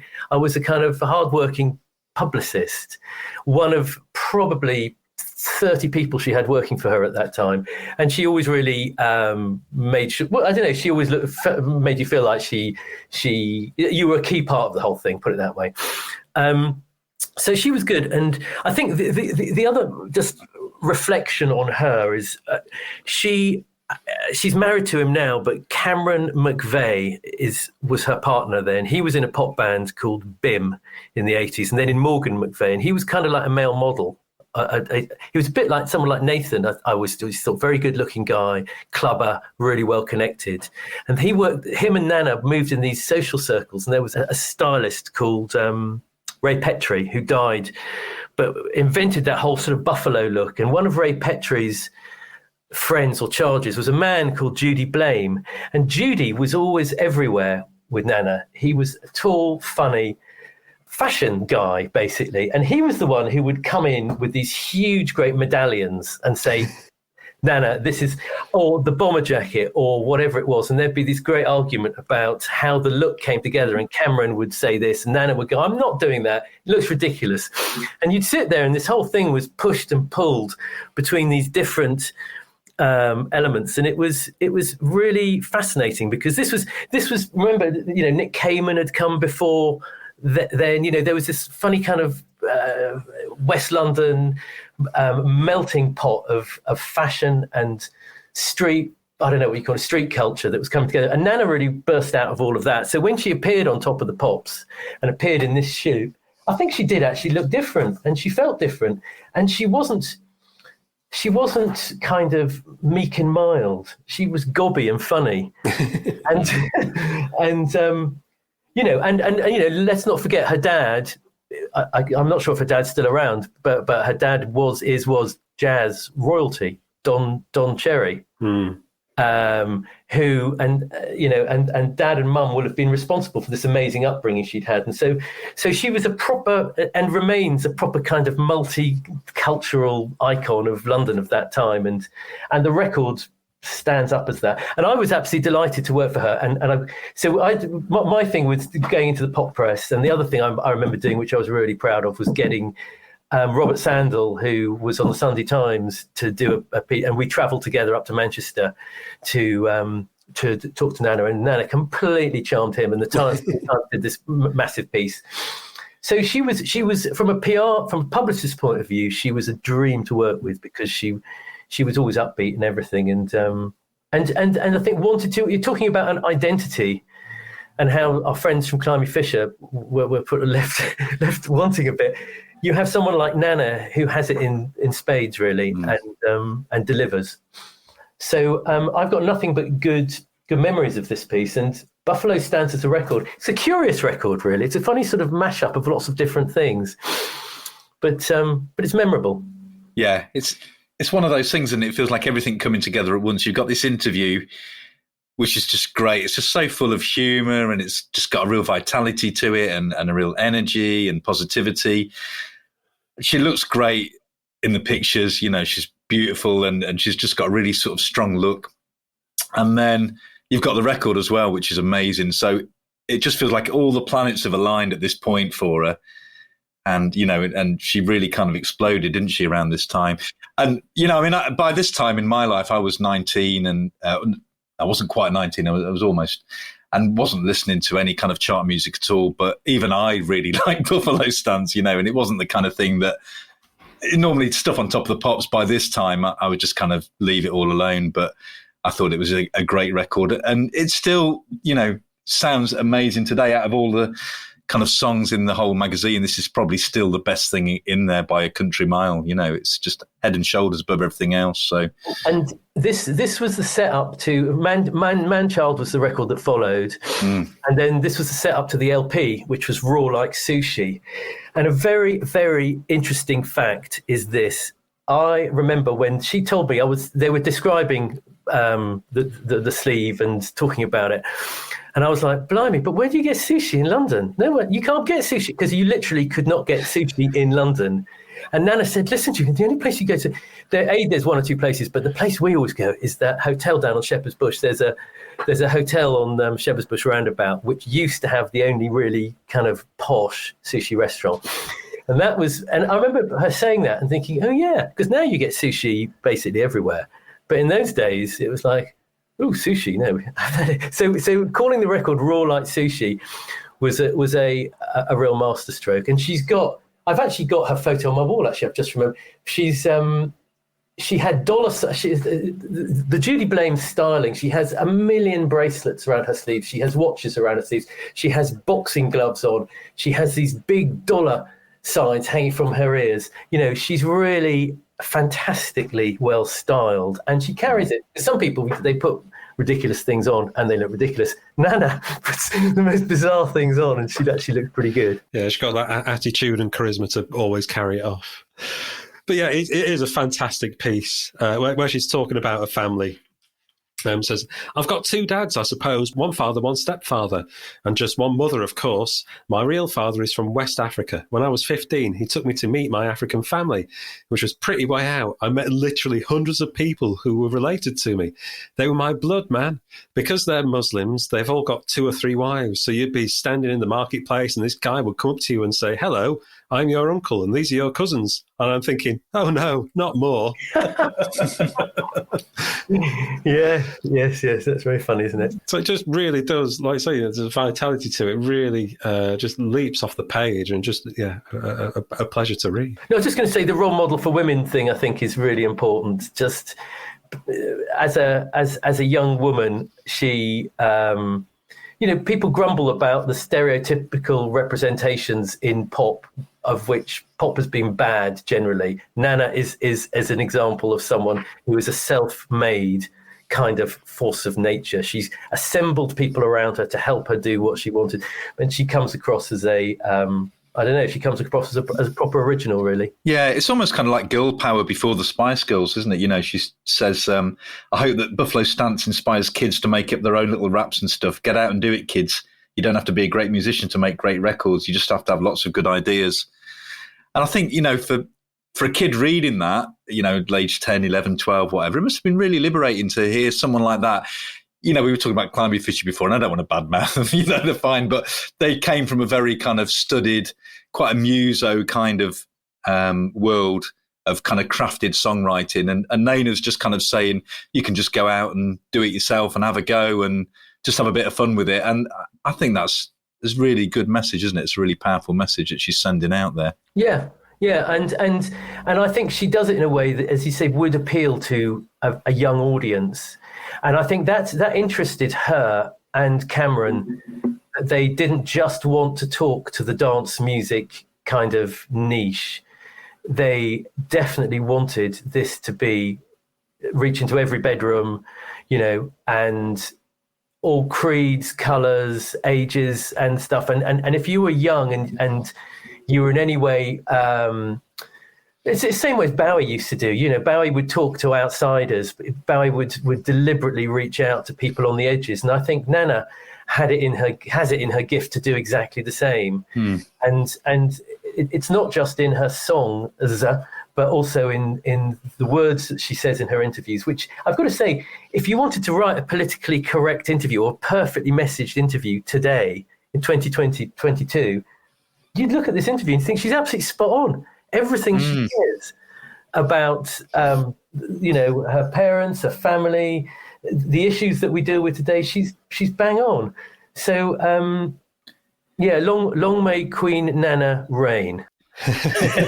Yeah, I mean, talking about that, she says here, it's terrible the way that girls can't go out to clubs on their own without having guys hassling them all the time. Something that, is being very much discussed today. And there she is, over 30 years ago, talking about that very same thing, raising it as an issue then. Sad that, we're still discussing it as an issue now, but, she's actually there saying it back then. She says, I was at Glasgow airport the other day and there were two businessmen who'd had a bit too much to drink standing behind me. One of them had a feather duster on a really long stick and he stuck it up my bum.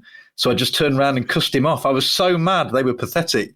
She was really standing up for herself and telling, I guess by putting it in the magazine, saying to young kids and girls in particular, you don't have to take this kind of stuff. Yeah. And really inspiring. Yeah. And if you hear it from her, I just think it's it gives people confidence and it makes, it's only good, basically, only good. She talks a bit about Bros, which I thought was quite prescient. She says, because this is when Bros were absolutely at the height of the power. She says, I actually feel a bit sorry for Bros, though. You can kind of imagine the blows and the unhappiness that these guys might experience in the next few years. Well, she was like Nostradamus, wasn't she? I know, extraordinarily wise for someone who, I can't remember how old she was here, but I guess early, mid-20s, possibly. Yeah, I think so. But I think that comes from her upbringing because she was moved around so much and she wasn't always happy when she was younger. I don't know if she talks about it in this piece, but at some schools, she was bullied a bit. And I just think she got through that and it made her strong, basically. And I think the strength that you see, actually, maybe that's what it is, that you saw on Top of the Pops when she was there pregnant, or when you see it in these articles, she's got a real powerful inner strength that shines through. And that's very good to see in a pop star, to be honest with you. And funny she should say that. I recognise that quality in Bros, though, at that age. That's extraordinary. Yeah, absolutely. I think the fact that she started so young as well, I read Viv Albertine's, one of Viv Albertine's autobiographies last year, and she mentions Neneh Cherry because I think she sang backing vocals in the Slits for a while, and I think she was only 15 or 16 when she was kind of hanging around with the Slits, and then obviously Rip, Rig and Panic, which she mentions in the interview. And I went onto YouTube and I was looking at some early footage of them, and she was maybe 16, 17. Singing and dancing live with them, but she just looked so confident and so in control of everything, and just got that real presence about her, that you mentioned before, Julian. That kind of that charisma and that sort of energy about her just comes across even at a young age. I think we can basically sum up that Neneh Cherry, a good force in the world. Thumbs aloft. Yeah, two thumbs aloft for Neneh Cherry. Still making amazing music now as well. So, yeah, just what an amazing person. We leave Neneh in a buffalo stance and we move on to the letters page. Quite a short letters page this week. I'm guessing people were too busy opening Christmas presents to be writing letters in purple pen on Forever Friends notepaper to Carnaby Street. But there are a few ones of note. Someone is upset about the amount of swearing in letters page. Excusez-moi, black type. This is a complaint. Why, oh why, oh why, oh why? Does it have to be swear words and smash hits? Isn't anyone in the entire cosmosphere of your office clever enough to find an alternative? Those of your more polite viewers will tut and hastily turn the page when they find a swear word, but your rude viewers will laugh and read the cursing sentence aloud, no doubt. If you please your rude viewers, then your polite viewers will avert their custom as well as their eyes to other less disgraceful magazines, e.g. Gardener's Weekly. You will almost certainly lose my custom if you keep printing sinful words. That's from someone in Edinburgh who signs himself as from someone who thinks that swearing is disgusting, would like to see it abolished. I mean, as a Smash It's reader, I don't remember. Are they trying to be funny there? Was there a lot of swearing? You get the odd. You get the odd word, but not really. You never get. I don't think you'd ever get the F-bomb going off in there. No, so I'm not quite sure what was going on in Edinburgh at that time. I also like talking of very mild swearing at the end of the letters page. There's two very short letters that use the crap word a lot. Dear Black Type, please can you tell me why Bros are such a crappy group with loads of crappy screaming girlies racing after them? Claire in Oxford. And then we talked about Cliff Richard earlier on from RSVP. Dear Blackest of Type, isn't Cliff Richard's Mistletoe and Wine bloody awful? It's so crap and pathetic. The lyrics are absolutely bloody dreadful and utterly crap. I wonder how many grannies he paid off to buy his crap single. Who buys this crap anyway? From a very annoyed Bros are the Boogie fan, Livingston. So, yeah, I quite enjoyed that. Any letters here that caught your eye, Si or Julian? No, not really. I just think they're sort of bordering on hysterical, some of these. Yeah, they really are. I mean, I think, Julian, you talked about, maybe some things were made up in the magazine. I think there's an air of a little bit of that in this letters page. I think somebody getting upset about Miranda Sawyer slagging off Stock Aitken and Waterman, Pat and Mick's record, Let's All Chant. But I'm wondering if that's somebody at the mag just sort of, trying to big up Miranda Sawyer working at the magazine, just get her name a little more notice or something like that, just to stir up a bit of response. It's a quiet time of year. It's not a very big letters page. We've moved away from the kind of psychedelic black type sort of thing that we got more in the mid-'80s when Tom Hibbert was looking after the letters page and was black type. So I think, it's a little calmer, a lot of Smash Hits language on there, but I think maybe some of them are. Maybe people in the office just sort of like, let's chuck a few letters in there that we're going to make up just to put in the mag. But also, I'd agree with that. I think I've read a lot of fan letters over the years, and my observation is they tend to be about the person themselves. So when you write a fan letter to a Spice Girl or to someone famous, what you end up putting in that fan letter tends to be about you, about wanting to meet them or something about yourself. These ones all look to me very suspiciously like they're in the sort of modus operandi of Smash Hits. They're in the language of Smash Hits, which makes me a bit. Maybe they've just been edited a bit, but I don't know. Who knows? I mean, one of the writers would be able to tell us that, I'm sure. Skipping on, and we get to the singles reviews. Notice no albums reviews anymore. Maybe there weren't any out. Maybe they just ditched doing the album reviews. But William Shaw's reviewing the week's or the fortnight singles. There's your Then Jericho, Brother Beyond are in there. Debbie Gibson, Simply Red, Mark Armand and Gene Pitney, Crosby, Stills, Nash and Young. What are they doing in Smash Hits, eh? The Fairground Attraction. I quite like this. The review of the Fairground Attraction single. One called Claire. Sounding as ever like those buskers you'd find outside Woolworths on a Saturday afternoon and know exactly what he's talking about there. Fairground Attraction proved once again that you don't need drum machines, sequencers and synthesizers to make a dreadful record. You can do it with real instruments too. This one positively sets your teeth on edge with its jazzy jauntiness and bonhomie. I actually quite like that record. Did you? I surprised myself. I don't think it's a single, but yeah, I think it maybe just because it was so different to a lot of the other stuff. There was a lot of sort of that Stock Aitken and Waterman, all kind of very anthemic stuff. And yeah, I thought it was quite a charming. You're not convinced? I'm with him. Hated Fairground Attraction, then hate them now. They were so pleased with themselves. Well, the only song I knew by them before was Perfect, which I really don't like. But actually, I thought Claire was all right. Like I say, I didn't really think it sounded like a single, but I thought it was listenable, more listenable than most of the stuff in this in this issue, to be fair. My observation on the singles page is that so there are how many? There's 18 or so singles mentioned here, or if you count the ones in the little box. They're all major labels, and about half of them are people who've advertised in the magazine. I just want to point out. So, as someone in the years prior to working at Lynn Franks, I'd spent a lot of time pushing small bands, independent bands, some of whom made it, some of whom didn't.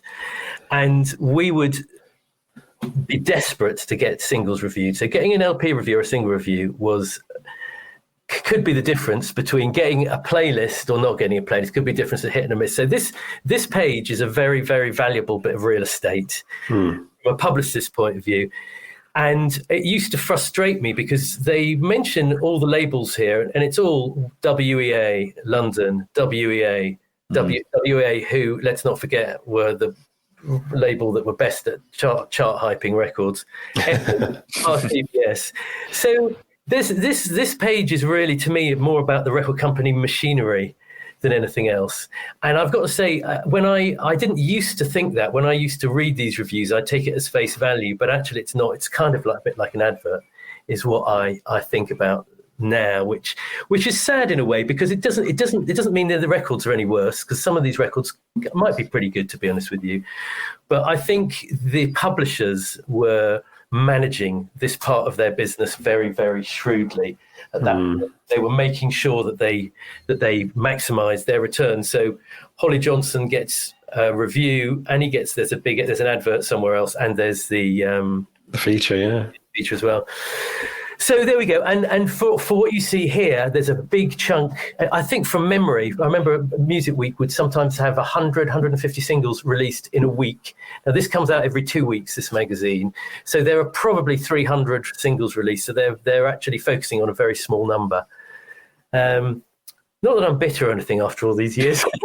No, but I think it's a very, very astute observation there. Yeah, absolutely.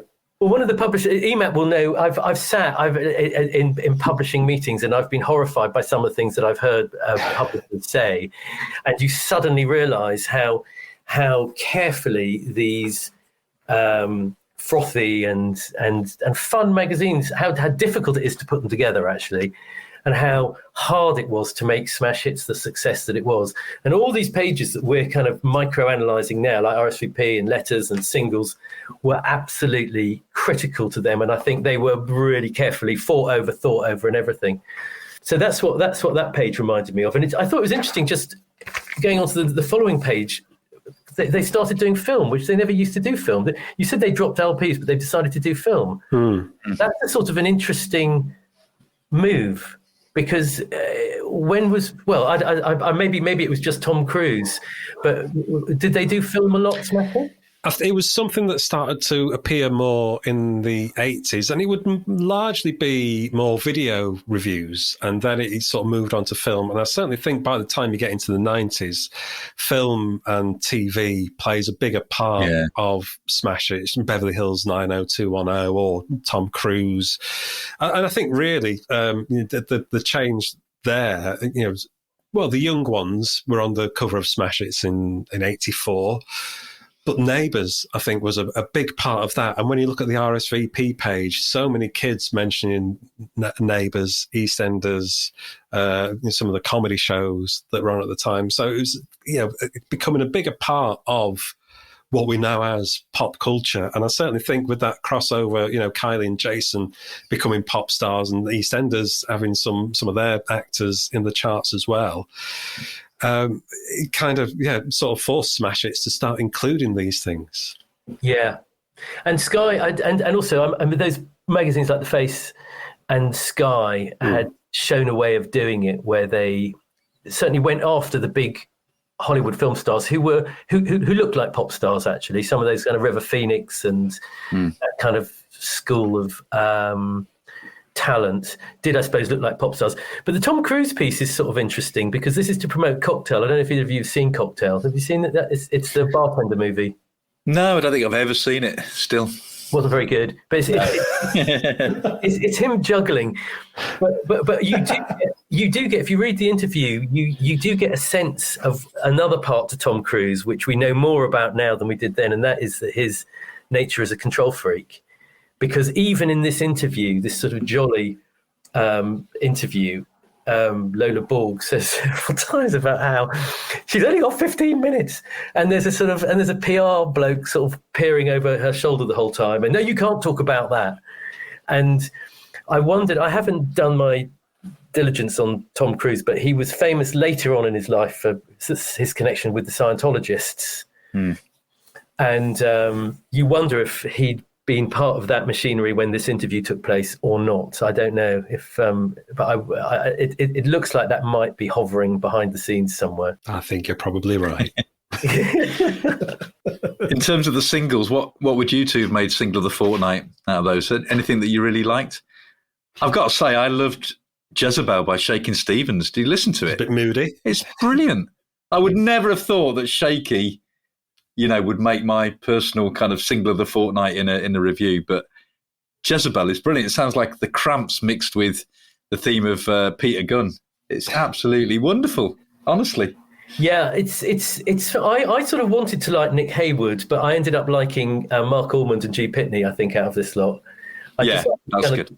The theatre of Mark Almond and Gene Pitney. It's just, Mark Almond has got that kind of drama to him that this song deserves, and they sounded great. But yeah, no, I remember the Jezebel. Yeah, Jezebel was okay, wasn't it? It's him trying to be a bit more modern and a bit less retro, because I think a lot of his stuff was just like basically pastiche of whatever the old days, whatever you call it.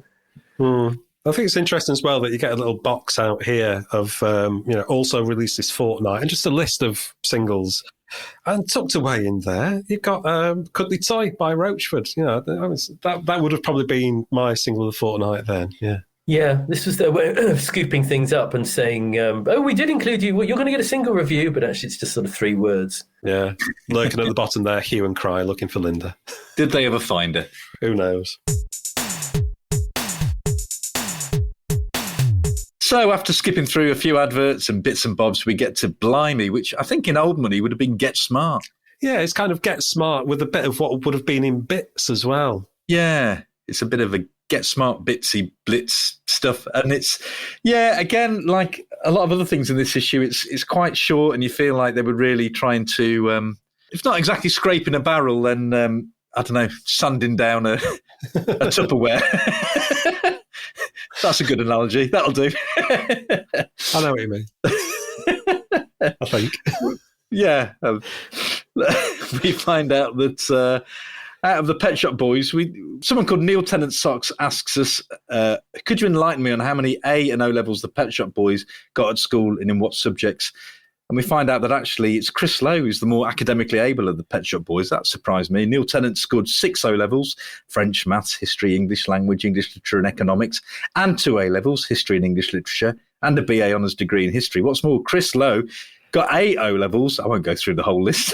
5 A levels, apparently 5 A levels, unheard of, and 2 degrees, the brain box. So, I mean, not that I thought Chris was a dimmer in any way, shape or form, but I was surprised that he got 5 A levels and 2 degrees. And then, we were mentioning before about how information was really a currency then, and people would ring up phone lines just to find out little snippets of news and gossip on their pop star favourites. And there's a whole roundup of different pop stars. So we find out what's going on with the Beastie Boys and Morrissey and Boy George and Swing Out Sister and The Cure. Kind of tells us what they're up to in terms of recording and tours and that kind of thing. But yeah, there's not an awful lot else in Blimey. Anything there that caught your eye, Si? Yeah, well, in that Where Are They Now section that you were just talking about, Queen are back. Yes, Freddie Mercury is no longer making opera records. Roger Taylor is no longer cutting discs with that dreadful group of his, The Cross. Brian May is no longer attempting to teach Anita Dobson how to sing. John Deacon is no longer doing nothing. Brilliant. I think the thing that struck me with this as well is that I would never have thought that here we would be 30 years later still listening to the music of The Cure, Queen, Boy George. All these artists are still around, and we're still listening to their old stuff as well. I remember in these days, I remember thinking that pop would come and go. It would be gone forever. Used to get buried. There wasn't so much of a kind of retro. There were no retro radio stations then. And I think this page reminded me of that, because it's trying to give a bit more life to Swing Out Sister, trying to give, and Boy George looks so unhappy and miserable in that picture of his. Tense, his LP was called Tense Nervous Headache. I mean, I love him. He's fantastic. But his face is bleached out. His hair is like a sort of skinhead crop. He looks awful. And then you've got Morrissey. So I was just struck by the fact that so many of these people are still around and contributing to pop culture. Maybe that's my way of saying it. 30 years later, because when this was written, pop was a trashy kind of, it was here today, gone tomorrow. It didn't really stick around. I remember thinking people like the Rolling Stones and, Queen, people taking the piss out of Queen for still being around. And actually, the bloody Rolling Stones are still around. Yeah. Later. Heritage acts. That's what it's all about, Julian. Heritage acts. and that's funnily, that's sort of what's sustaining the music industry, weirdly, because those are the things that people still want to buy and sell. So it's strange. And this page for me, in a way, was the connection to today's world, because I remember looking at that and just thinking, well, yes, they're all still here. I know the Beastie Boys record is still getting played today. Queen is still getting, they're all still here. Pepsi and Shirley, everyone's still watching that wretched Last Christmas thing every time the Christmas holidays come around. So we see them dancing around. Anyway, I thought it was interesting. I like the little cutout bit they do on Factbox as well. They've got a Bros cutout thing, which anything that has a pair of scissors on, I was always sort of interested in, because I thought there's another way I can sort of engage with this magazine, but I would never have cut it out. I think a lot of people would. I think you have a sort of division there between the sort of readers you have, the sort of people who would happily cut their smash hits up, or do you have the sort of people like me who would put them in a file and sort of keep them like sacred texts, which is what I ended up doing. But I like these two pages, I've got to say. Blimey, I like Blimey a lot.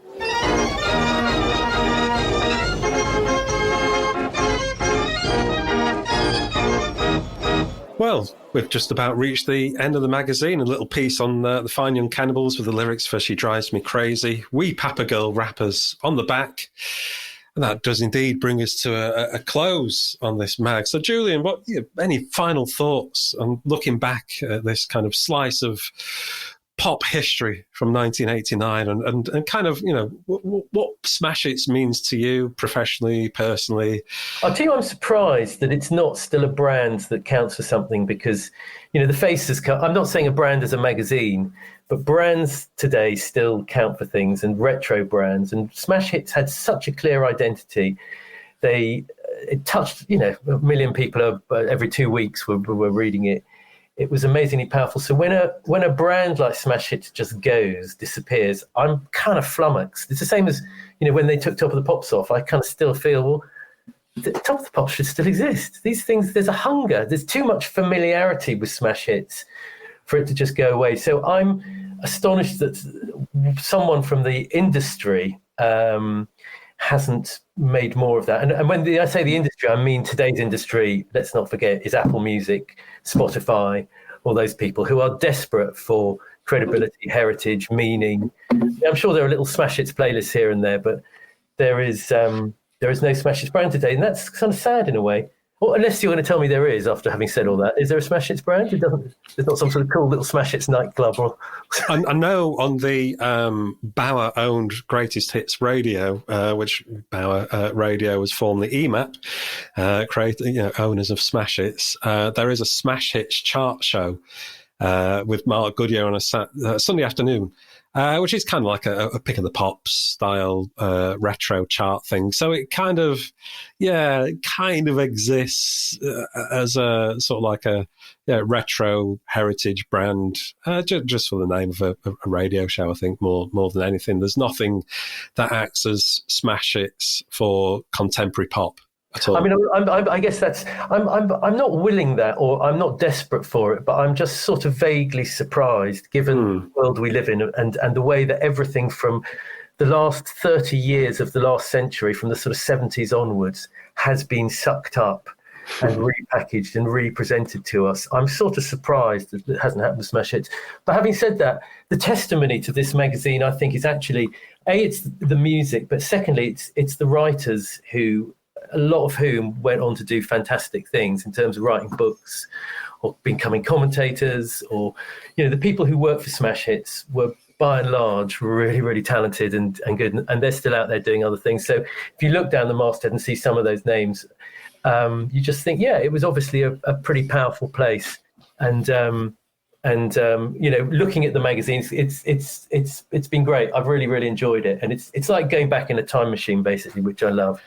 Well, thank you, Julian, for joining us on the carousel and for giving us an insight into the pop world that we've not really kind of explored before. So I think that's been fascinating to hear all that. And thanks to you out there for listening. Don't forget to check out our website, giddypoppod.home.blog, where you'll also find the links to the issue of Smash Hits we've been looking at, and those Spotify and YouTube playlists so you can enjoy your ride on the carousel to its fullest. And of course, you can check out our previous episodes, playlists and scans, our back issues, if you will, while you're there. And if you want to support us, you can leave a review or rating on your podcast app, or if you're feeling flush, buy us a coffee. ko-fi.com/giddypoppod is where you can go to do that. And come and say hello to us at Giddy Pop Pod on Twitter, on Facebook and Instagram, and we'll say hello back.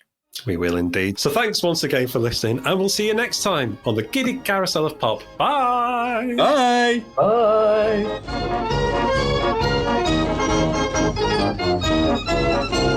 Bye!